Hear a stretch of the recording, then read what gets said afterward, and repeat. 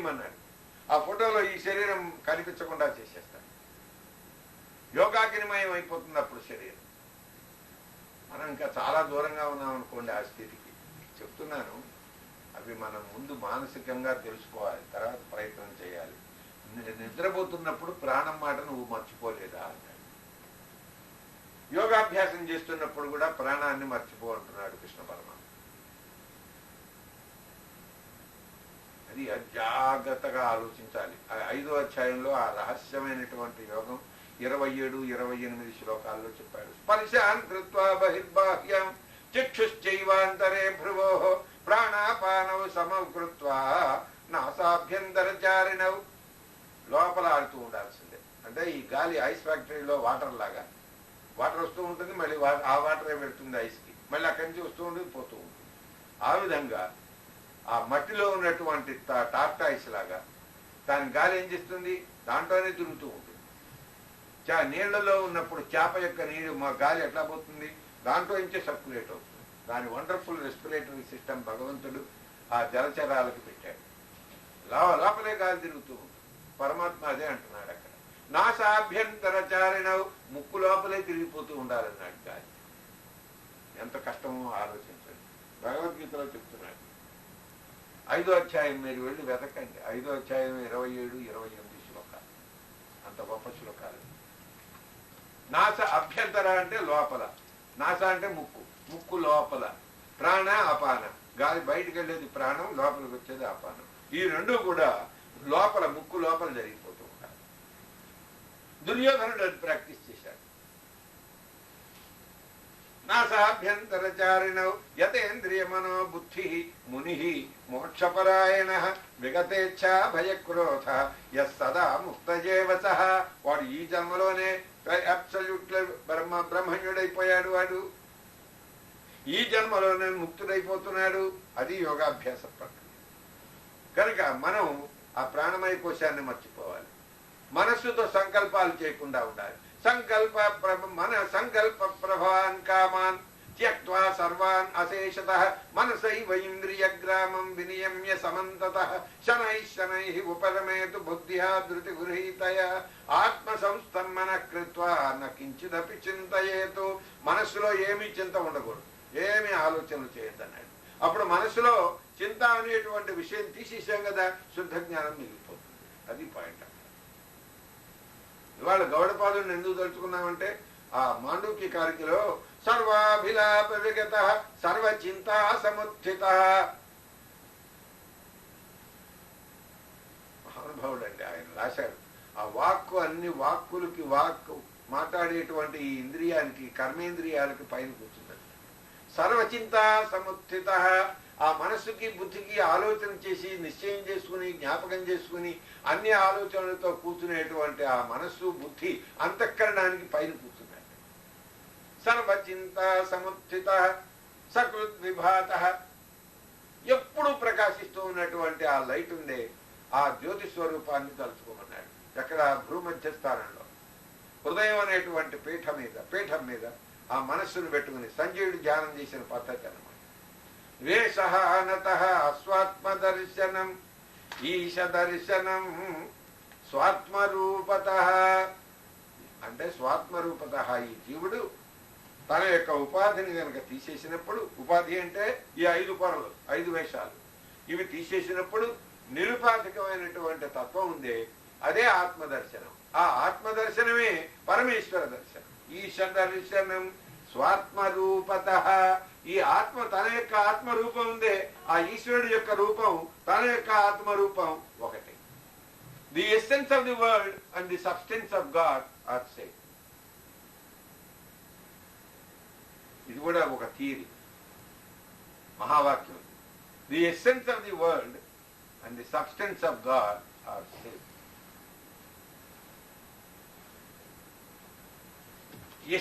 Essence అంటే సారం. The essence of the world and the substance of God are one and the same. ఆత్మరూపతః Ramana Maharshi గారి మహావాక్యం. ఇంగ్లీష్లో చెప్పాలి అంటే ఇది మహావాక్యం. ఈశ్వరుడి దర్శనమే ఆత్మ దర్శనం. ఆత్మ అంటే ఏమిటి? మీలో ఉన్న సారం, ది ఎస్సెన్స్. ఏమిటి ఎస్సెన్స్? ఏది ఎస్సెన్స్ అండి? అన్నిటికీ సారం ఏదండి? శుద్ధ జ్ఞానం. ఎందుకని అంటే దాంతోనే మిగిలిన విషయాలన్నీ తెలుస్తున్నాయి. ఈ శరీరం ఎట్లా ఉందో తెలుస్తుంది, ఈ ప్రాణం బాగా ఉందా లేదా అని తెలుస్తున్నది, మనసులో ఉన్న సంకల్పాలు తెలుస్తున్నాయి, బుద్ధిలో ఉన్న నిశ్చయాలు తెలుస్తున్నాయి, చిత్తంలో జ్ఞాపకం వచ్చిన విషయాలు తెలుస్తున్నాయి, అహంకారం ఏ విధంగా అభిమానించుకుంటున్నదో తెలుస్తున్నది, ఏమీ లేదు అని తెలుస్తున్నది, అన్నీ ఉన్నవి ఏమున్నాయో తెలుస్తోంది, ఏమీ లేని స్థితిని చూస్తున్నది. అది శుద్ధ జ్ఞానం. ఆ సాక్షిభూతంగా ఉన్నటువంటి నాటక రంగంలో ఉన్నటువంటి ఇప్పుడు ఈ బల్బులు, ఆ బల్బు లాగా, ఆ ప్రకాశం లాగా, నాటక రంగంలో థియేటర్లో పైన పెట్టినటువంటి లైట్ లాగా, కాన్ఫరెన్స్ హాల్లో పైన పెట్టినటువంటి లైట్ లాగా, పరమేశ్వరుడి కాన్ఫరెన్స్ హాల్ ప్రపంచం, ఈ ప్రపంచంలో పైన పెట్టినటువంటి సూర్యుడు అనేటువంటి ట్యూబ్ లైట్ లాగా ప్రపంచానికి అంతటికీ ఒకటే లైట్ పెట్టాడు పరమాత్మ. ఎన్ని పెట్టాడండి? బయటపడి ఒకటే లైట్ కాదండి, సూర్యుడు ఒక్కడే. మనం ఇంట్లో చిన్న గదిలోనే 2-3 లైట్లు పెట్టుకుంటేనే కానీ మనకి చీకటి, ఇంకా పుస్తకం చదువుకోలేము. పరమాత్మ ఎన్ని పెట్టాడు? ప్రపంచానికి అంతటికీ ఒకటే లైట్ పెట్టాడు. ఇంకో లైట్ పెట్టాడా? పెట్టలేదు కదా. ఆ విధంగా ఆ లైట్ ఒక్కడి వెలుగుతూ ఉండేప్పటికీ అన్ని వస్తువులు అందరికీ, అన్ని వస్తువులు అన్ని చోట్ల కనిపిస్తుంది ఆ లైట్లో. ఆ లైట్ లాగా పరమాత్మ కూర్చున్నాడు అనమాట. జ్యోతిషామపి తజ్జ్యోతి తమస పరముచ్యతే జ్ఞానం జ్ఞేయం జ్ఞానగమ్యం హృది సర్వస్య విష్టితం. అది 5వ అధ్యాయంలో 27-28 చెప్పాను. ఇప్పుడు ఇదేమిటి? 13వ అధ్యాయంలో 17వ శ్లోకం, మహా గొప్ప శ్లోకం. Light of light, light of all lights, the cause of all lights, the luminosity behind all luminous objects of the world, which illumines the sun who illumines the whole waking state world, the moon who illumines the night time, and the stars in the sky, the lightning thunder, that ఆ light ఉన్నదే వీటన్నిటికీ ఇచ్చింది. అర్చిష్మాన్ అర్చిత కుంభ. అర్చిష్మాన్ అంటే ఎవరి యొక్క అర్చి మంటల వల్ల అన్ని, సూర్యుడు మండిపోతున్నాడో, అగ్నిహోత్రం మండిపోతుందో, చంద్రుడు జ్వాలారూపంలో ప్రకాశిస్తున్నాడో, విద్యుత్తు మండిపోతున్నదో ఆ జ్యోతి అర్చిష్మాన్. 81వ శ్లోకం. ఆ అర్చి అంటే మంట, అర్చి అంటే మంట, ఫ్లేమ్. ఆ విధంగా మంటలతో జాజ్వల్యమానంగా ప్రకాశిస్తున్నటువంటి ఆ జ్యోతిస్వరూపుడైనటువంటి పరమాత్మ, ఆయన్ని చూడటానికి ప్రయత్నం చేయమన్నారు. వేషహానత అంటే 5 కోశాలు వదిలిపెట్టి, మనస్సును వదిలిపెట్టి, బుద్ధిని వదిలిపెట్టి, కర్మేంద్రియాలను వదిలిపెట్టి, సమస్తాన్ని వదిలిపెట్టి, ప్రాణాన్ని వదిలిపెట్టి, ప్రాణానికి జన్మ ఇచ్చినటువంటి తమసపరం, తమహ అజ్ఞానం, అవ్యక్తం, రాత్రిపూట మంది కప్పేస్తున్నటువంటి ముసుగు, ఆ ముసుగుని కూడా వదిలిపెట్టి, ముసుగుకి కూడా ఏమీ తెలియలేదు, ఏదో ఆవరించింది, దాన్ని చూశాడు కదా పరమాత్మ. అందువల్ల దానికి, ఆ చీకటికి అవతల ఉన్నటువంటి వెలుగు గలటువంటి పరమాత్మ స్వరూపాన్ని దర్శించడానికి నువ్వు ప్రయత్నం చేయి. అది ఆత్మదర్శనం. ఆ ఆత్మదర్శనమే ఈశ దర్శనం. ఆత్మరూపత, ఆ ఈశ్వరుడి రూపం, ఈ జీవుడి యొక్క రూపం ఒకటే, ఆత్మ యొక్క రూపం. ఆత్మ అన్న ఈశ్వరుడు యొక్క రూపం, ఆత్మరూపం, జీవుడు యొక్క రూపం ఒకటే. కాబట్టి తత్ త్వమసి, ఆ తత్ ఆ పరమాత్మ, త్వం నువ్వే అని చెప్పి మహావాక్యం కైవల్యోపనిషత్తులో మనం చదువుకుంటాం. యత్ పరం బ్రహ్మ సర్వాత్మ విశ్వస్య ఆయతనం మహతు సూక్ష్మాత్ సూక్ష్మతరం నిత్యం తత్వమేవ త్వమేవ తతు అని చెప్పి మహావాక్యం, సామవేద మహావాక్యాన్ని మనం 16వ శ్లోకంలో చదువుకున్నాం కైవల్యోపనిషత్తులో. రైట్. ఇప్పుడు తర్వాత కొత్త శ్లోకాల్లోకి వెళ్ళాలి. ఆత్మహాన వేషహానత స్వాత్మదర్శనం ఈశ దర్శనం స్వాత్మరూపత. చదవండి. ఆత్మదర్శనే ఆత్మ సంస్థితి, ఆత్మ సంస్థితి, స్వాత్మదర్శనం ఆత్మనిర్ద్వయాతు, ఆత్మనిర్ద్వయాతు ఆత్మనిష్ఠత, ఆత్మ ఆత్మదర్శనం ఆత్మనిర్ద్వయాత్ ఆత్మనిష్ఠత ఆత్మసంస్థితి స్వాత్మదర్శనం ఆత్మనిర్ద్వయాత్ ఆత్మనిష్ఠత అంటే ఏమిటంటే పరమాత్మగా కూర్చోవటమే పరమాత్మను చూడటం, అంతేగాని నువ్వు దూరంగా ఉండి పరమాత్మను చూడటం అనే క్వశ్చన్ లేదు. First point. మనం మామూలుగా అనుకుంటాము నేను పరమాత్మను చూచాను అంటే it is a big bluff. పరమాత్మని ఒక వస్తువుగా చూడలేము. ఎవరు ఎట చూడాలి? నా స్వరూపాన్ని నేను చూసుకోవటమే పరమాత్మను చూడటం. ఫస్ట్ పాయింట్ బాగా గుర్తెట్టుకోవాలి. నేను పరమాత్మను చూచాను, నాకంటే ఇతరంగా పరమాత్మను చూచాను అని చెబితే ఆ చెప్పిన వాడిది టోటల్ బ్లఫ్. First point. ఎక్కడ చెప్పాడు ఆ క్వశ్చన్ అంటే స్వయమేవాత్మనాత్మానం స్వయమేవాత్మనాత్మాత్మానం వేత్తత్వం పరమేశ్వర. 10వ అధ్యాయంలో 15వ శ్లోకంలో ఆ కృష్ణ పరమాత్మని అర్జునుడు వర్ణిస్తున్నాడు. ఆహా, నాకు నువ్వు చెప్పినటువంటి వాక్యాలు నాకు ఇప్పటి వరకు తెలిసింది చెప్తున్నాను, మనం చేస్తున్నాను. ఇది ఆయన తప్పుంటే నువ్వు చెప్పు అని అనలేదు. తప్పుంటే ఆయన దిద్దుతాడు కదా ఆయన నమ్మకంతో. తప్పుంటే చెప్పు అని అనకుండా ఆయన కీర్తన చేస్తున్నారు, స్తోత్రం చేస్తున్నారు అర్జునుడు శ్రీకృష్ణుడు. హే మహానుభావ, ఈ ఆత్మని ఆత్మే కదా చూసుకునేది. అందువల్ల self cognition, self conscious. Waking state లో మనకేమిటి? You are conscious of the objective world. In the dream state ఏంటి? You are conscious of the objects in the dream state. In the sleep state, what is that you are conscious of? You are becoming conscious of some nescience, something non-existent. That nothing is existing, you are becoming conscious of. Samadhilo enti? You are self-conscious. Their world is not there. Tamasah param.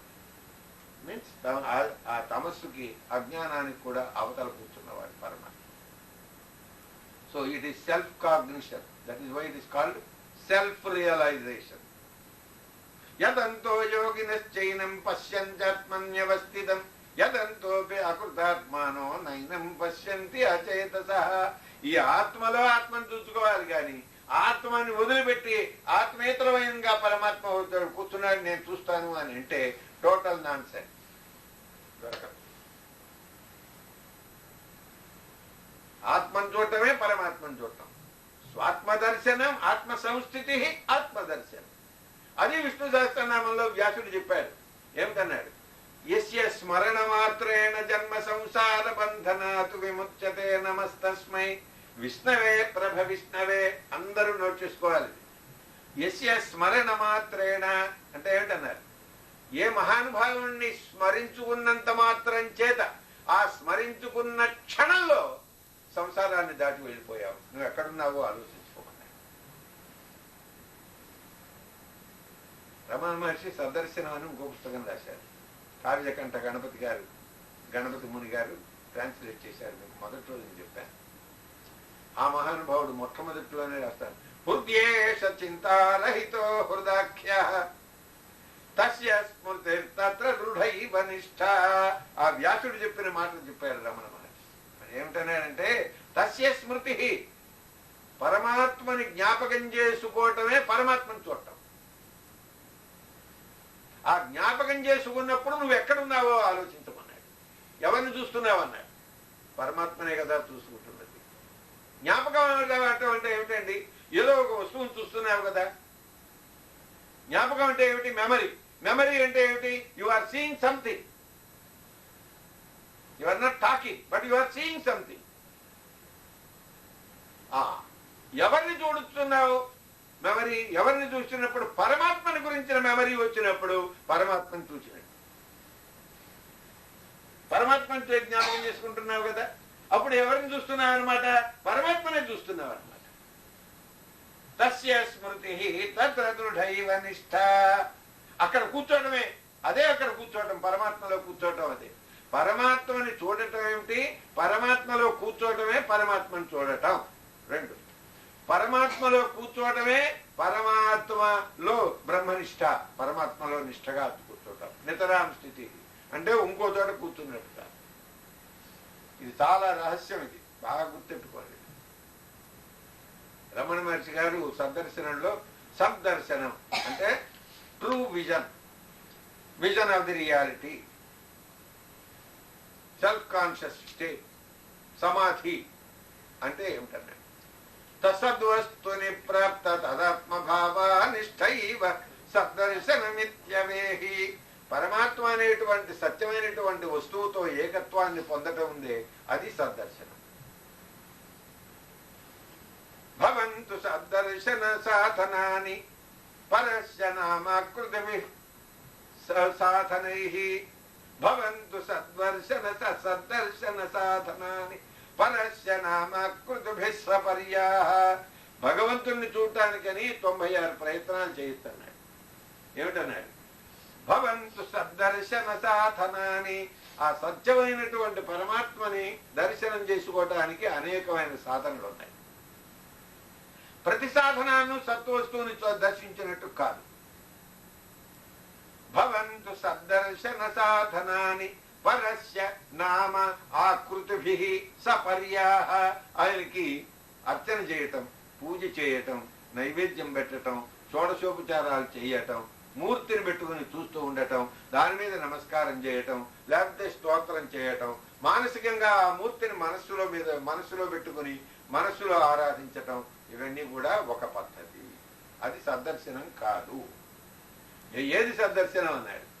సద్వస్తుని ప్రాప్త తదాత్మభావా నిష్ఠైవ సద్దర్శనమిత్యవేహి. ఆ లోపల వెలుగుతున్నటువంటి ఆ జ్యోతిస్వరూపుడైనటువంటి ఆ హృదయ పుండరీకాక్షుడితో ఏకత్వాన్ని పొందటం, తాదాత్మ్య భావం పొందటం ఉందే, అది సద్దర్శనం అన్నాడు. సద్వస్తుని ప్రాప్త పొందినటువంటి సద్వస్తుని, సద్వస్తువు సత్యమైనటువంటి ఆ పరమాత్మ వస్తువు యందు తదాత్మభావానిష్ట, తదేవ ఆత్మభావం, అదే నా స్వరూపం, అది శివుడు, ఆ శివుడు స్వరూపమే నాది, శివోహం. సహా ఆయన పరమాత్మ, అది నేను, అది సోహం. ఆయన బ్రహ్మ, నేను ఆ బ్రహ్మని, బ్రహ్మాహం అనేటువంటి భావంతో అక్కడికి వెళ్ళి బ్రహ్మాహం బ్రహ్మాహం అనే మంత్రాన్ని వదిలిపెట్టి బ్రహ్మాహం నువ్వు బ్రహ్మవే కదా అని ఆ స్వరూపంలో అట్లా కూర్చోవటం ఉంది. ఈ మంత్రాన్ని కూడా అప్పుడు వదిలిపెట్టాలి. అక్కడికి వెళ్ళి ఆ స్వరూపంలో కూర్చోవటం ఉంది, అది పరమాత్మ స్వరూపం, పరమాత్మ దర్శనం.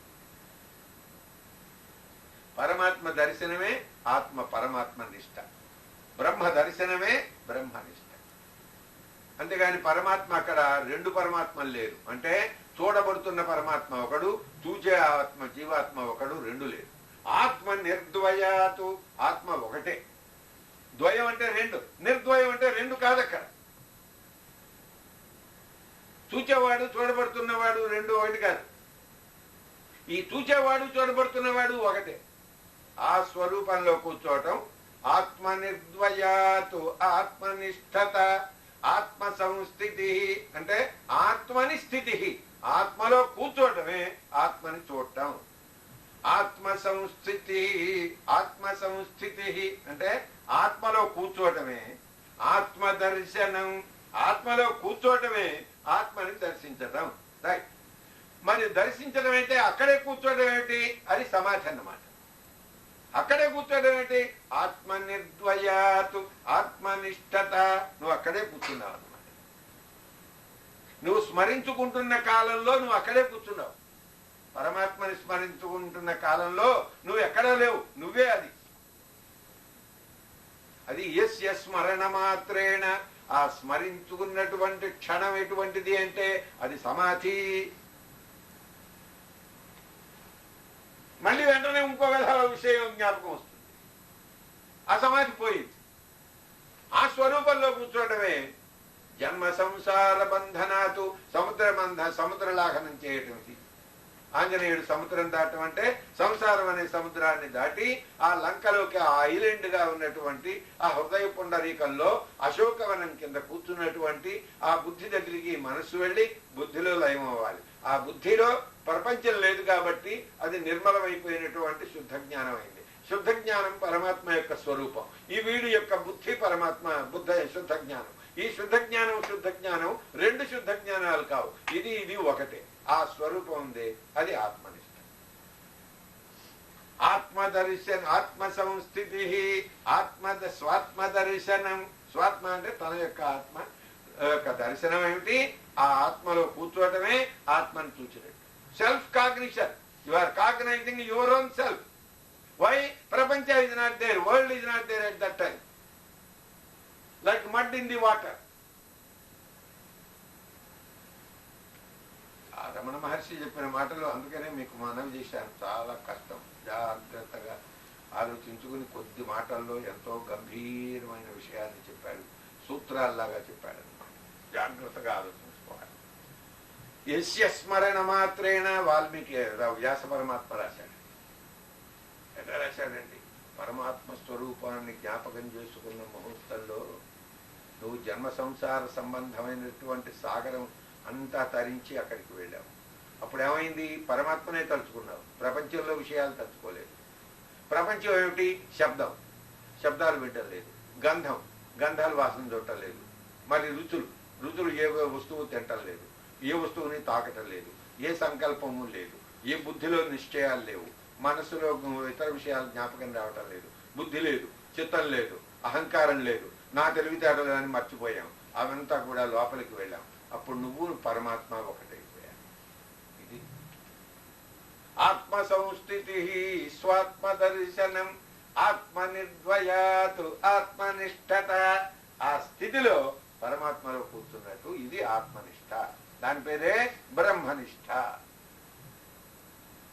యోంతః సుఖోంతరారామస్తథాంతర్జ్యోతిరేవయ సయోగి బ్రహ్మ నిర్వాణం బ్రహ్మభూతోధిగచ్చతి. భగవద్గీతలో 5వ శ్లోకంలో చెప్తున్నాయి. అంతరారామ, లోపల విశ్రాంతి తీసుకుంటున్నట్టు. అక్కడ ఏమిటి విశ్రాంతి అన్నాడు? ప్రపంచ విషయాల్ని చూచి చూచి చూచి విసుగుబుట్టి ఇవి చూడకుండా అక్కడ విశ్రాంతి తీసుకుంటున్నట్టు. అంతర్జ్యోతిరేవయ, ఆ లోపల ఉన్నటువంటి జ్యోతి స్వరూపుడుగా అయిపోయాట. అదే చూస్తున్నట్ట.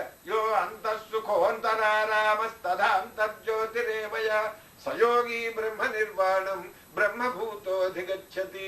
ఆయన బ్రహ్మ నిర్వాణం పొందాడు అన్నాడు. నిర్వాణం అంటే శరీరం లేకుండా ఉన్నటువంటి స్థితి. శరీరం అంటే 5 కోశాలు లేనటువంటి స్థితి. బాణం అంటే ప్రారంధం వల్ల వచ్చినటువంటి ప్రారంధం సంచితమైనటువంటి ధనుసులోంచి బాణంలాగా ఈ శరీరం వచ్చింది. ఇక్కడ మనం సంవత్సరాలు ఎన్ని వర్షాలు ఎన్ని సంవత్సరాలు బతకాలో అది బాణం. అందువల్ల దీన్ని బాణం అన్నారు. శరీరం అంటే బాణం. ఈ బాణం వదిలిపెట్టినటువంటి బాణంలో ఫోర్స్ ఎంత ఉందో అంతా అయ్యే వరకు గాల్లో పడుతుంది, తర్వాత కింద పడుతుంది, పడింది లేవదు. అటే ఇది కూడా బాణం. ఈ ఆయుర్దాయం ఉండే వరకు తిరుగుతూ ఉంటుంది, తర్వాత ఏమవుతుంది? కింద పడుతుంది, పడేటప్పటికీ మళ్ళీ చక్కగా లేవదు. ఇది అందుకని శరీరమే బాణం. బాణం పేరు వా బా అభయో ఉభయోహో అభేద. వాకి బాకి భేదం లేదు. వంగదేశం అంటే వాళ్ళు బంగదేశం అంటారు, బెంగాల్ అంటున్నారు. ఉభయో అభేద, వాకి బాకి భేదం లేదు. అందువల్ల నిర్బాణం అన్న చోట వాణం అన్నారు. నిర్వాణం. నిర్వాణం అంటే నిర్గతం బాణం యస్మాతు సహా తతు నిర్వాణం. అంటే బాణం శరీరం లేని చోటు. అక్కడ శరీరం లేదు, మనసే లేదు, బుద్ధి లేదు. 7వ కొండ మీద మిగిలిన 6 కొండలు లేవు. అది గుర్తెట్టుకోవాలి. 7వ కొండ మీద మిగిలిన 6 కొండలు లేవు. కనుక అనండి ఆత్మ సంస్థితి, స్వాత్మదర్శనం, ఆత్మనిర్ద్వయాత్, ఆత్మనిష్టత. అయిపోయింది. తర్వాత శ్లోకం జ్ఞానవర్జిత అజ్ఞానహీనచితో జ్ఞానమస్తి కిం జ్ఞాతుమంతరా అంతరా అందశన అంతరం అందశన అంతరం జ్ఞాతుమంతరం. ఇక్కడ రెండు పాఠాలు ఉన్నాయి. వీళ్ళు ఏమన్నా ఈ ప్రింటెడ్ బుక్ లో అంతరం అని రాశారు. అసలు కరెక్ట్ మాట ఏమిటంటే అంతరా. పోనీ దిద్దద్దు మీరు, అదే అట్టాగే ఉంచండి. ఇప్పుడు చదవండి మళ్ళీ. జ్ఞానవర్జిత అజ్ఞానహీనచితో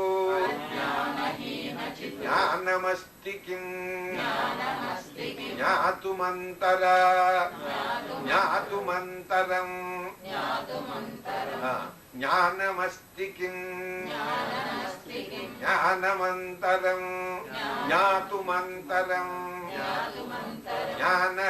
జ్ఞానవర్జిత అజ్ఞానహీనచితో జ్ఞానమస్తి కిం జ్ఞాతుమంతరా. అదే ఆత్మస్వరూపాన్ని వర్ణిస్తున్నాడు. అక్కడ ఏమిటన్నాడు? అక్కడ జ్ఞానవర్జిత అంటే ప్రపంచాల్లో ఉన్నటువంటి విషయాల యొక్క జ్ఞానం వర్జిత లేదు. రైట్? అజ్ఞానము లేదు, జ్ఞానము లేదు. మనకి అజ్ఞానం ఎప్పుడు వస్తుందండి, జ్ఞానం ఎప్పుడు వస్తుందండి ఆలోచించండి. జాగ్రత్త అవస్థలో ఇది లైటు అనే జ్ఞానం కలిగింది, వాసన చూసేటప్పటికీ సెంటు అనే జ్ఞానం కలిగింది, రుచి చూసేటప్పటికీ ఇది లడ్డు అని తేలింది. కనుక అదేమిటి? విషయాల యొక్క జ్ఞానం.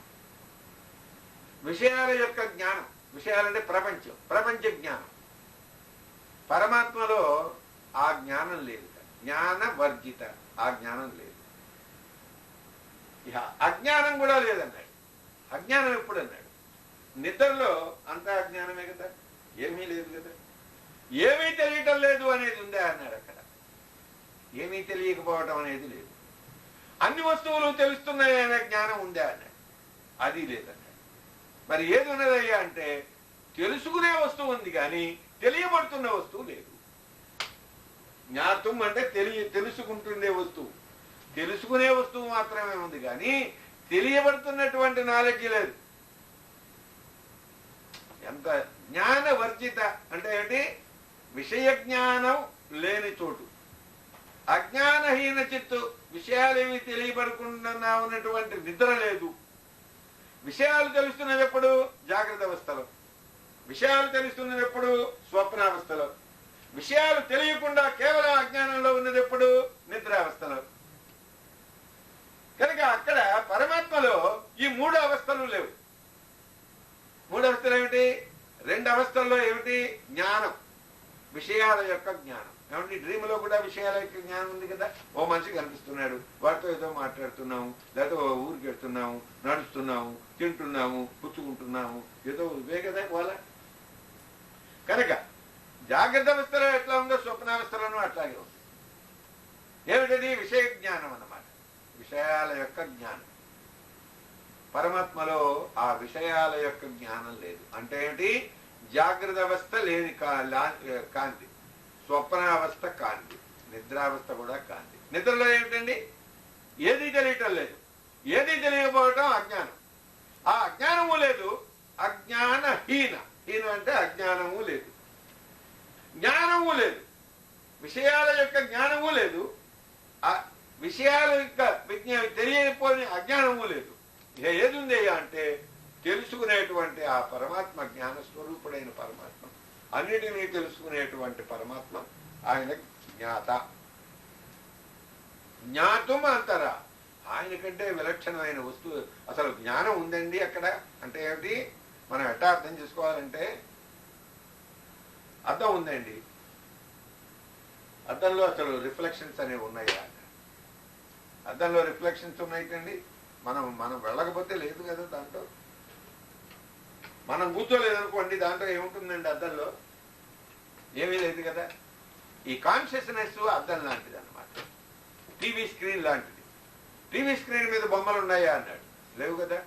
మనం చూడాలి అని స్విచ్ వేసినప్పుడు, కరెంటు తగిలించినప్పుడు దాంట్లో బొమ్మలు వస్తూ ఉంటాయి. అసలు దాని మీద ఉన్నాయా అన్నాడు, దాని మీద లేవు. గౌడపాదుడు రాస్తున్నాడు. చిత్తం నిర్విషయం నిత్యం అసంగంతేన కీర్తితం. ఆయన అది చిత్తం అన్నదే ఆ లోపల ఉన్నటువంటి చిత్స్వరూపుడైన పరమాత్మలో నిర్విషయం, విషయాలు లేవు. నిత్యం, బొమ్మలు వస్తూ ఉంటాయి పోతూ ఉంటాయి, అనిత్యమైనవి బొమ్మలు. నిత్యం ఉండేదేదన్నాడు. ఈ జ్ఞానం నిత్యమైంది. వస్తున్న వస్తువుని తెలుసుకుంటోంది, లేని వస్తువు లేదు అని తెలుసుకుంటున్నది, ఉన్న వస్తువుని ఉన్నంతసేపు తెలుసుకుంటున్నది. ఇది నిత్యంగా ఉంటుంది. బొమ్మలు వస్తున్నాయి పోతున్నాయి కనుక ఇది నిత్యమైంది, నిర్విషయమైంది. చిత్తం నిర్విషయం నిత్యం అసంగం అంటే ఏమిటి? వెళ్ళిపోయిన బొమ్మ వెళ్ళిపోయింది, దాంతోపాటు అర్థం వెళ్ళిందా? వెళ్ళలేదు. కనుక దాంతో సంబంధం లేదు. నిస్సంగం, చిత్తం నిర్విషయం నిత్యం అసంగం తేన కీర్తితం. ఆ కారణం చేత పరమాత్మని అసంగుడని కీర్తిస్తున్నారు. ఆత్మానతజ్యతే బృహదారణ్యకంలో ఒక మంత్రం అది. అసంగహాయం పురుష, పరమాత్మకి ఎవరితోనూ సంబంధం లేదు, ఎవరితోనూ సంబంధం లేదు, ఎవరితోనూ చుట్టరికం లేదు. పరమాత్మ ఎవరితోనూ చుట్టరికం లేదు, ఎవరితోనూ విరోధం లేదు. ఫస్ట్ పాయింట్, ఎవరితోనూ విరోధం లేదు, ఎవరితోనూ చుట్టరికం లేదు, ఎవరితోనూ సంబంధం లేదు. ఆ విధంగా నిర్లిప్తుడుగా కూర్చుంటాడు. ఎట్టాగన్నాడు? మన చుట్టూతో ఉన్న ఆకాశంలాగా. ఆకాశానికి మనతో సంబంధం ఉందా? కానీ మనం ఆకాశంలోనే ఉన్నాం కదా, మనకి ధరిస్తున్నది ఆకాశమే కదా. ఆకాశానికి మనకి చుట్టరకం ఏదైనా ఉందా? అసలు ప్రాణానికి మనకి సంబంధం చుట్టరకం లేదు. లోపల ఉన్న ప్రాణానికి ఈ శరీరానికి చుట్టరకం లేదు. అసలు ప్రాణమే పుట్టించింది, ప్రాణం తల్లి, ప్రాణమే తండ్రి. అయితే అది వెళ్ళిపోతుంది, ఏడవదు. ప్రాణం ఏడవదు, ప్రాణం వెళ్ళిపోతుంది కదా. ప్రాణం పోయినప్పుడు దానికి అయ్యో వదిలిపెడుతున్నాను, నేను పెంచి పెద్ద చేసింది శరీరం అని దానికి ఏమన్నా బాధ ఉందా? ఏమీ బాధ లేదు. ప్రాణానికి చుట్టరికాలు లేవు. ఫస్ట్ పాయింట్ ఏమండి? అసంగం, ఎవరితోనూ సంబంధం లేదు. ఆత్మబోధలో శంకర్ల వారు అంటున్నారు, ఉపాధిస్థోపి తద్ధర్మై అలిప్తో వ్యోమవితుముని. అట్లాగే శరీరంలో ప్రాణం కూర్చున్నట్టుగా ఆయన కూర్చుంటాడు. ప్రాణానికి శరీరంతో సంబంధం లేదు, ఎందుకంటే అది వెళ్ళిపోవాల్సిన టైం వచ్చినప్పుడు వెళ్ళిపోతుంది. దీంతో ఏమీ సంబంధం పెట్టుకోదు. ఎట్లాగన్నాడు? సర్వవితు మూఢవతు తిష్టేతు అసక్తో వాయువతు చరేతు. గాలి ఉందండి, గాలి లోపల ఉన్న గాలి అది వెళ్ళిపోతుంది, సంబంధాలు అయ్యో ఏమన్నా ఉంటే. కానీ అదేగా పుట్టించింది, శరీరాన్ని నిర్మించింది కాబట్టి తండ్రి అదే, తల్లి అదే, పోషించింది అదే, పెద్దవాణ్ణి చేసింది అదే, సుఖదుఖాలు పంచిపెట్టింది అదే, అన్ని పనులు చేస్తున్నది అదే. వెళ్ళిపోయేప్పుడు దీనితో ఏమీ సంబంధం లేదు. ఆ విధంగా మనం కూర్చోవాలట ఈ శరీరంలో. ఎన్నాళ్ళు ఈ శరీరంలో ఉంటావు? ఎటాగంటే తిరుపతిని వెళ్ళావు, తిరుపతి వెళ్ళినప్పుడు ధర్మసత్రం మీకు ఇచ్చారు. ఎటా కూర్చుంటారండి? అక్కడ ఉన్న సామాన్తో, అక్కడ ఉన్న ఫ్యాన్తో, మంచంతో, అక్కడ ఉన్న బకెట్తో, గిన్నెతో, చెంబు ఇచ్చారు నీళ్లు పోసుకోవటానికి. దాంట్లో మీకేమిటి సంబంధం? మీరున్నన్నాళ్ళు వాడుకోవటం, యువతలకు రావటం, అందులో మీది ఏది కాదు. పరమాత్మ కూడా, మనం కూడా అట్టా నేర్చుకోవాలి. ఇంట్లో ఉన్న వస్తువులన్నీ మీరు వాడుకోవటానికి పరమాత్మ సత్రంలో ఏర్పాటు చేసినట్టు ఏర్పాటు చేశారు. టైం వచ్చినప్పుడు ఇవన్నీ మీరు వదిలిపెట్టి వెళ్ళిపోవాల్సి. నాది నాది అనుకున్నారో చచ్చామన్నమాట. అన్నీ వదిలిపెట్టాల్సిందే. ఇప్పుడు మీరు ఇక్కడ ఇంట్లో పెట్టిన ఈ సామాగ్రి అంతా నేను అనకూడదు, అంతా వదిలిపెట్టవలసిందే. ఎవరింటో ప్రతివాడు ఎన్ని వస్తువులు పెడితే ఇంకా అంత కష్టం. అందరూ వదిలిపెట్టాల్సిందే. ఆ ముని ఎట్టా కూర్చుంటాడన్నాడు ఈ శరీరంలో. దీని పేరు సత్రం అన్నారు. సత్రం క్రతుసత్రం సతాంగతి ఏకోనైక సవక్కిం యత్తత్పదమనుత్తమం లోకబంధుర్లోకనాథో. సత్రం అని ఓ మాట వస్తుందండి. క్రతుసత్రం సతాంగతి సర్వదర్శి విముక్తాత్మ సర్వజ్ఞో జ్ఞానముత్తమం. సత్రం అన్నారు. సత్రం అంటే మనకి రక్షణ ఇచ్చేది సత్రమే కదండి. ఒక ఊరికి వెళ్ళినప్పుడు సత్రం, మనం ఈ ఊరికి వచ్చామండి ఇప్పుడు అంటే ఏమిటి, పరమాత్మను వదిలిపెట్టి ఇక్కడ వచ్చి పడున్నాం. కొత్త ఈ ప్రపంచం అనేటువంటి ఊళ్ళో పడ్డాం. ఇప్పుడు మనని రక్షించేది ఏది? ఈ శరీరమే కదా. శరీరంలో ఉన్నాం. దీంట్లో ఉన్న పనిముట్లన్నీ నువ్వు వాడుకో. నువ్వుగా తయారు చేసింది ఏదీ లేదు. అది నువ్వు తయారు ముందు ఆలోచించు. ఈ ముక్కు నువ్వు తయారు చేయలేదు. ఈ వాసన చూసే శక్తి నువ్వేం చేయలేదు. ఈ కన్నులో చూచేటువంటి శక్తి నువ్వు పెట్టిందేం కాదు. ఈ చెవులో వినిపించేటువంటి శక్తి నువ్వు తయారు చేసిందేం కాదు. అసలు ఈ శరీరంలో నువ్వుగా తయారు చేసిన వస్తువు ఇది. ఆఖరికి వెంట్రుక కూడా లేదు. ఏమంటే శరీరంలో ఉన్న వెంట్రుకలు ఎవరు తయారు చేశారండి? మీరా? వేళ్లకున్న గోల్డ్, ఎముకలు, రక్తం, అసలు ఈ ఇంట్లో ఉన్నటువంటి పనిముట్లలో ఏది మీరు చేసింది లేదు. అది జ్ఞాని అని వాడు తెలుసుకుంటాట. ఆత్మబోధలో శంకరుడు వాడు రాస్తున్నాడు, ఉపాధిష్టోపి తద్ధర్మై అలిప్త వ్యోమవతు ముని సర్వవితో మూఢవతు తిష్టేతో. అన్నీ తెలుసుకుని ఏమి తెలియనటువంటి మూఢుల్లాగా ఉంటాడు. ఎందుకంటే దానికి సత్కారం చేయవలసిన పని నాకు ఎందుకు సత్కారం చేయడం ఎందుకు? నువ్వు ఏం గొప్ప పని తెలుసుకున్నావని నా స్వరూపాన్ని నేను తెలుసుకున్నాను, అంతకంటే దాంట్లో గొప్పే ఉంది అన్నాడు. వాడికి అయ్యో నేను పరమాత్మను తెలుసుకున్నాను, మీరందరూ నాకు పాద పూజలు చేయండి అని అనడం మహాజ్ఞాని అయిన వాడు.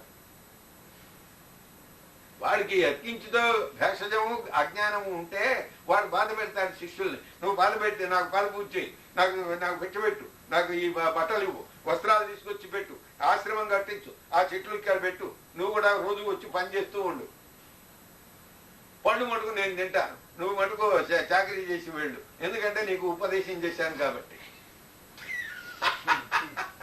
అది ఎవరు? వాళ్ళు బాధ గురువు. బోధ గురువు ఎవరు? ఉపదేశం ఇచ్చేస్తాడు, ఏమీ సంబంధం లేదు. వాడిని ఉద్ధరించడానికి వసంత ఋతువులాగా వచ్చేప్పటికీ చెట్టు చిగురుస్తూ ఉంటాయి. వసంత ఋతువు ఆ చెట్లని గురించి ఏమిటి కోరుతోంది? శాంత మహాంతో నివసంతి సంతో వసంత వల్లోకహితం చరంత. వసంత ఋతువులాగా ఉంటారట మహానుభావులు, సంత పురుషులు. ఆ వసంతం వచ్చేప్పటికీ ఆ చెట్లన్నీ చిగురుచేస్తాయి. ఈ గాలికి దీంట్లో శరీరంలో సంబంధం లేదు. ఆ విధంగా జ్ఞాని అయిన వాడు ఈ ఇంట్లో కూర్చుంటాడట. ఇంకా ఎట్లా ఉంటాడయ్యా అన్నాడు. అన్నీ తెలుసుకున్నవాడు మహానుభావుడు, ఆత్మజ్ఞానం కలిగినటువంటి పరమాత్మ సర్వజ్ఞుడు, omniscient. But he behaves like A idiot as if he does not know anything. ఎందుకని? there is no show off. Show లేదు. నాకు అన్నీ తెలుస్తున్నాయని ముందుకు వచ్చి కూర్చోడు. నేను జీవన్ముక్తుడు అని నేమ్ ప్లేట్ పెట్టుకోడు. Consulting hours 8 to 9 in the morning, 3 to 4 in the afternoon. యోగాభ్యాసం నీకు అన్ని ప్రక్రియలన్నీ చెబుతాను అని వాడు బోర్డు పెట్టుకోడు. సర్వవితు మూఢవతు తిష్టేతు అసక్తో వాయువతు చరేతు. ఎట్లా ఉంటాడంటే లోపల ఉన్న ప్రాణానికి శరీరంలో ఉండి శరీరాన్ని సృష్టించి శరీరాన్ని పెద్ద చేసి శరీరాన్ని ప్రతిక్షణము పోషిస్తున్నటువంటి ప్రాణంతో శరీరంతో తాను పోషిస్తున్నటువంటి శరీరంతో తాను సృష్టించి తాను రక్షించుతున్నటువంటి శరీరంతో తనకి ఏమీ సంబంధం లేకుండా ప్రాణం ఎట్లా ఉందో ఆ విధంగా కూర్చుంటాట జ్ఞాని అయిన వాడు ప్రపంచం. అర్థమైందా? ఆహా, గొప్ప సంగతి అన్నమాట. కనుక ఇప్పుడు మనం ఏ శ్లోకంలో ఉన్నామండి? అదేమిటది? ఇప్పుడు అది అయిపోయింది అక్కడికి. కిం స్వరూపమితి ఆత్మదర్శనే కిం స్వరూపమితి ఆత్మదర్శనే అవ్యయా భవ ఆపూర్ణచిత్సుఖం ఆపూర్ణచిత్సుఖం. పెద్ద సమాసం అన్నమాట అది. అవ్యయా భవ పూర్ణచిత్సుఖం. అవ్యయ అభవ, దీంట్లో మాటలు 4 ఉన్నాయి. అవ్యయ అభవ, అవ్యయాభవ, ఆపూర్ణ, అవ్యయాభవాపూర్ణ, చితు సుఖం. అవ్యయ అభవ ఆపూర్ణ చితు సుఖం. 5 మాటలు కలిసి ఒక సమాసం వేశాడు. 5 మాటలు కలిపారు. కిం స్వరూపమితి ఆత్మదర్శనే కిం స్వరూపమితి ఆత్మదర్శనే అవ్యయా భవ ఆపూర్ణచిత్ సుఖం అవ్యయా భవ ఆపూర్ణచిత్ సుఖం అవ్యయా భవ పూర్ణచిత్ సుఖం. పుస్తకం చేతిలో ఉంది కాబట్టి అదంతా ఒక మాట చెప్పా, అట్లా చదవాలి సార్. కిం స్వరూపమితి ఆత్మదర్శనే అవ్యయా భవ పూర్ణచిత్ సుఖం. కిం స్వరూపం ఇది ఆత్మదర్శనే. అయినా ఎవరన్నా అడిగారనుకోండి కిం స్వరూపం ఏమంటే ఆత్మదర్శనం అయిందండి, సమాధిలో కూర్చున్నామండి, అసలు ఎట్లా నీ అనుభవం ఏంటి? కిం స్వరూపం, పరమాత్మగా కూర్చున్నావు, రైట్. ఇదివరకు చెప్పాడు పరమాత్మగా కూర్చోవడమే పరమాత్మని దర్శించడం, పరమాత్మని దర్శించడమే పరమాత్మలో కూర్చోవడం, పరమాత్మని జ్ఞాపకం చేసుకోవడమే పరమాత్మని దర్శించడం, పరమాత్మని దర్శించడమే పరమాత్మలో కూర్చోవడం. ఆత్మ సంస్థితి, ఆత్మ స్మరణమే ఆత్మ సంస్థితి, ఆత్మ సంస్థితే ఆత్మ దర్శనం, ఆత్మ దర్శనమే ఆత్మనిష్ట. చెప్పేశాడు కదా. ఆ నిష్టలో అప్పుడు అసలు నీ అనుభవం ఏమిటి అని ఎవరన్నా అడిగితే ఆ పరమాత్మ యొక్క స్వరూపాన్ని చెప్తున్నాడు. ఎందుకంటే జీవుడు పరమాత్మ అయ్యాడు కదా, జీవాత్మ పరమాత్మ అయిపోయాడు కదా. ఆ స్వరూపం ఏమిటండి? కిం స్వరూపం ఇతి. ఇతి అంటే ఏమిటండి? కిం అంటే ఏమిటి? పరమాత్మ స్వరూపం అసలు ఏమిటి? సెల్ఫ్ రియలైజేషన్ జరిగింది, రైట్. ఏమిటి నీ అనుభవం? ఆత్మదర్శనే. ఆత్మదర్శనం కలిగిన క్షణంలో, ఆత్మ సాక్షాత్కారం కలిగిన ముహూర్తంలో కిం స్వరూపం ఇది. ఏమిటి ఆ స్వరూపం? ఏమిటి ఆ అనుభవం? ఏమిటి నువ్వు చెప్పవయ్యా అని అడిగాడు. ఇది అర్జునుడు అడిగిన ప్రశ్న. సాంఖ్యయోగం 2వ అధ్యాయంలో 54వ శ్లోకంలో. స్థిత ప్రజ్ఞస్య కా భాష సమాధిస్థస్య కేశవ. సమాధిలో ఉన్నటువంటి ఆ స్థిత ప్రజ్ఞుడు మహానుభావుడి యొక్క స్థితి కా భాష. How do you describe? కా భాష, ఏ లాంగ్వేజ్, ఏ మాటల్లో వర్ణిస్తాం? ఆ స్వరూపాన్ని వర్ణించిన. ఇది 2వ అధ్యాయం 54వ శ్లోకం. అర్జునుడు వేసిన ప్రశ్న. రమణ మహర్షి ప్రశ్న వేసి సమాధానం చెప్తున్నారు. ఇక్కడ శిష్యులందరూ అడిగారు కావులు, ఏమండి బ్రహ్మస్వరూపం దర్శనం అయింది, ఏమిటి నీ అనుభవం? ఏమిటి? కిం స్వరూపమితి ఆత్మదర్శనే అవ్యయా భవ పూర్ణచిత్ సుఖం. ఆయన చెప్తున్నాడు మహానుభావుడు, ఇదండి అనుభవం అన్నాడు. అవ్యయ. అవ్యయ అంటే వ్యయం కానటువంటి, ఎప్పుడూ చావులేనటువంటి. ముండకోపనిషత్తులో మొట్టమొదటి అధ్యాయం 6వ శ్లోకం. యత్తదద్రేశ్యమగ్రాహ్యమగోత్రం అవర్ణశ్రోత్రం తదపాణిపాదం తదవ్యయం నిత్యం విభుం సర్వగతం సుసూక్ష్మం తదవ్యయం యద్భూతయోనిం పరిపశ్యంతి ధీరాః. ముండకోపనిషత్తులో 6వ మంత్రం. తదవ్యయం. అవ్యయం అంటే ఏమిటి? వ్యయం. పరుసులో డబ్బు బట్టి వెళ్ళామండి, వెంచర్లో ప్రవేశించాం. బయటకు వచ్చేటప్పుడు మొదటి ప్రవేశించేటప్పుడు ఉన్నంత ఉంటుందా? బయటకు వచ్చేప్పుడు ఎందుకయింది? ఎందుకు ఖాళీ అయింది? వ్యయం అయిపోయింది కాబట్టి. అంతే కదా. పరమాత్మలో ఏదన్నా వ్యయం అయ్యేది ఉందా అని? అట్లా వ్యయం కాదట. ఆ పర్సు ఎప్పుడు ఫుల్గా ఉంటుంది. ఇంకోటి ఏమిటి అర్థం? నవ్యేతి. నవ్యేతి అచ్యుత ప్రాణ ప్రాణద ప్రణవ పృథు అచ్యుత ప్రణవ. అచ్యుత అంటే ఏంటి? ఆ తన యొక్క స్వరూపంలో నుంచి దిగదారు. తన శక్తి మనకి 30 ఏళ్ళప్పుడు ఉన్నటువంటి బలం ఇప్పుడుందా? దిగదారిపోయింది. ఎక్కడికి వెళ్ళిందండి ఆ బలం? ఇప్పుడు ఏది? ఆ పెళ్లి చేసుకున్నప్పుడు ఉన్న బలం ఇప్పుడు ఏది? ఏమైంది? శక్తి జారిపోయింది, దిగజారిపోయింది. రూపం దిగజారిపోయింది. ఏమండి? అప్పుడున్న కళ ఇప్పుడు ఉందే? చావు కళ్ళు పడిపోతుంది. పోయింది, శక్తి పోయింది, ఆ రూపం దక్కింది. ఏమిట్రా అంతా మారిపోయావు నువ్వు అంటారు. ఇప్పుడు మీరు 12 ఏళ్ల తర్వాత మన వైపుకి వెళ్తే అప్పుడు చూసిన వాళ్ళు ఉంటారే, 12 ఏళ్ళ కింద చూసిన వాళ్ళు, ఓ నీ రూపదగా నువ్వు డబ్బులు అయిపోయావు అంటారు. ఈ అమెరికా తిండి నీకు వంట పట్టింది అని అంటారు. లేకపోతే ఇంకేమంటారు, ఏమిటా అసలు ఇక్కడే మెరుగ్గా ఉంది, నీకు అంత జీతం వచ్చి కూడా ఇంత చావులు వస్తున్నాయి ఏమిటి అని, అంత జీతం తెచ్చుకొని ఇంత ఈ తావుకి అక్కడికి ఎందుకు తగలటం అని అంటారు. అంతే కదండి. కనుక మార్పులు వస్తాయండి. మన స్వరూపంలో మార్పులు వస్తాయి, మన శక్తిలో మార్పులు వస్తాయి, మన ఊహల్లో మార్పులు వస్తాయి, ఆలోచనల్లో మార్పులు వస్తాయి, స్వభావంలో మార్పులు వస్తాయి. అంతా మార్పులే. పరమాత్మలోట ఆయన రూపంలో మార్పు రాదు, ఆయన శక్తిలో క్షీణం కాదు, ఆయన స్వరూపం క్షీణం కాదు, ఆయన చేష్టలు క్షీణం కాదు. ఆ విధంగా ఉన్నాడు కాబట్టి నవ్యేతి నవ్యయో విద్యతే వినాశో విద్యతే ఇది అవ్యయ. ఆయన చావడు, అందువల్ల వ్యయం కాదు. మార్పులు లేవు, అందువల్ల అవ్యయం. అవ్యయ తెలిసిందా అండి? అవ్యయ పురుష సాక్షి క్షేత్రజ్ఞాక్షర ఏవచ. విష్ణు సహస్రనామం 2వ శ్లోకం 15వ శ్లోకం ఏమంటున్నాడు? భూతాత్మ పరమాత్మాది ముక్తానాం పరమాగతి అవ్యయ పురుష సాక్షి క్షేత్రజ్ఞాక్షర ఏవచ. 15వ శ్లోకం.